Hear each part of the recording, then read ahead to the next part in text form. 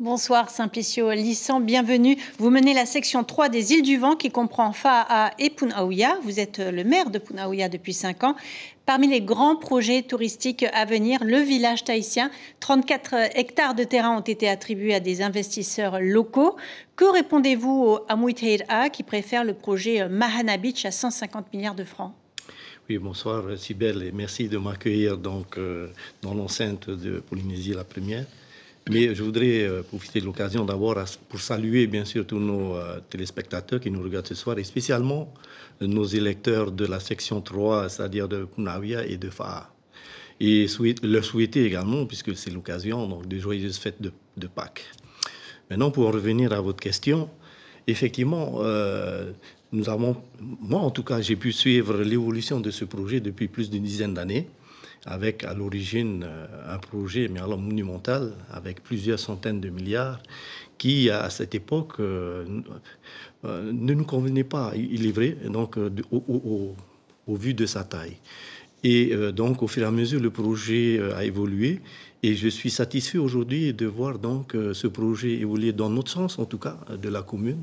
Un projet à taille humaine, plus humaine, mais surtout avec des investisseurs locaux sur lesquels on peut avoir confiance. Et en tenant compte aussi de nos aspirations, c'est-à-dire l'accès public à ce complexe hôtelier et bien sûr l'aspect culturel et surtout dans l'idée donc de pourvoir des emplois, bien entendu, pour les jeunes. 1000 emplois. 1600 emplois, 1600 au niveau de la construction et autant au niveau de l'exploitation.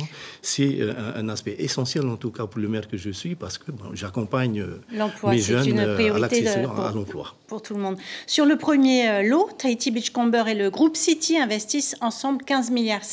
Le même groupe City qui veut construire des appartements à Punaouia, le projet Ocean Park, projet auquel la population ne semble pas adhérer. Vous avez défilé d'ailleurs avec elle. Est-ce que vous finirez par signer pour ce projet-là aussi, du coup? Je dois encore préciser que ce projet, effectivement, heurte la sensibilité de mes concitoyens et ne correspond pas tout à fait à la vision donc, que nous avons de développement de ce type d'appartements, de logements en bordure de mer. Et donc, je précise que j'ai donné un avis favorable. Et je pense que favorable ou défavorable? Défavorable, pardon. Et le DCA a donné aussi un avis défavorable pour le permis de construire.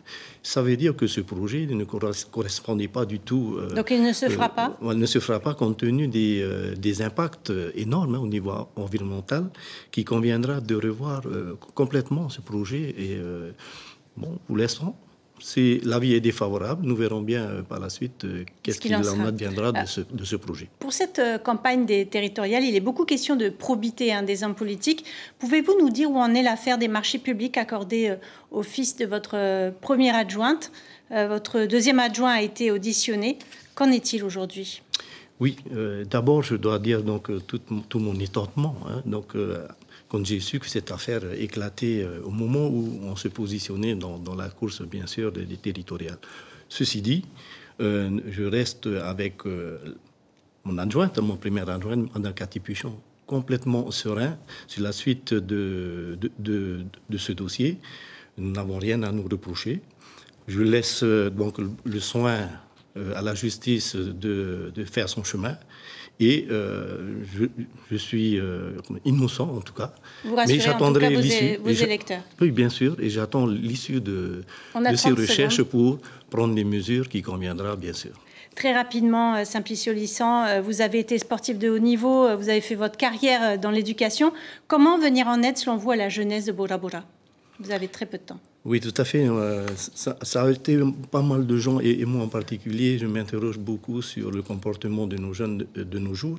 À Punaouia, on subit exactement les mêmes choses. Cela pose vraiment un problème de société, mais aussi du rôle de la famille dans l'éducation de nos jeunes. Mais la famille, bien sûr, mais entourée, bien entendu, des collectivités, du pays, surtout les communes, qui ont beaucoup à faire pour doter, bien sûr, les communes d'équipements, offrir aux jeunes des animations nécessaires pour les occuper. Travailler avec bien la sûr, commune. Du travail. Il faut du travail pour les jeunes. Et de l'emploi. Merci beaucoup, Simplicio Lissan, d'avoir été avec nous ce soir.